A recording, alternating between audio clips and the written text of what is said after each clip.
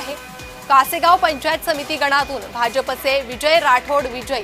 कासेगाव पंचायत समितीतून भाजपसाठी महत्त्वाची बातमी। अधिक अपडेट घेणार आहोत याच संदर्भात रवी ढोबळे यांच्याकडून। रवी, कासेगाव मधून भाजपसाठी एक आनंदाची बातमी समोर आली आहे। निश्चितच प्रणिता, सोलापूरमध्ये भाजपने जोरदार अशी मुसंडी मारल्याचं चित्र आपल्याला पाहायला मिळते। दक्षिण सोलापुरातील बोराबणे जिल्हा परिषद गटातून जे आहे भाजपचे नेताजी खंडागळे हे 844 मतांनी विजयी झालेत, तर बोराबणी पंचायत समिती गणातून भाजपच्या वर्षा पटणे जे आहेत ते 2139 मतांनी विजयी झाले आहेत।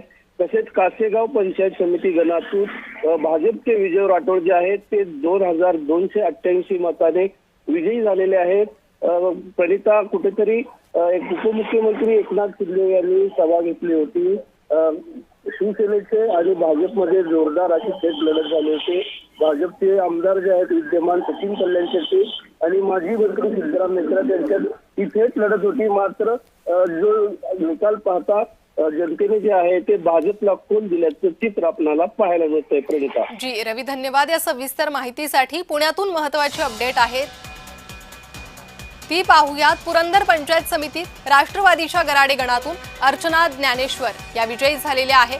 अर्चना, काँग्रेसचे अमित झेंडे ही विजयी झालेले आहेत। एक महत्त्वाची अपडेट पुण्यातून आपण पाहूयात। पंचायत समितीत राष्ट्रवादीच्या गराडे गणातून अर्चना ज्ञानेश्वर कटके यांचा विजय झालेला आहे।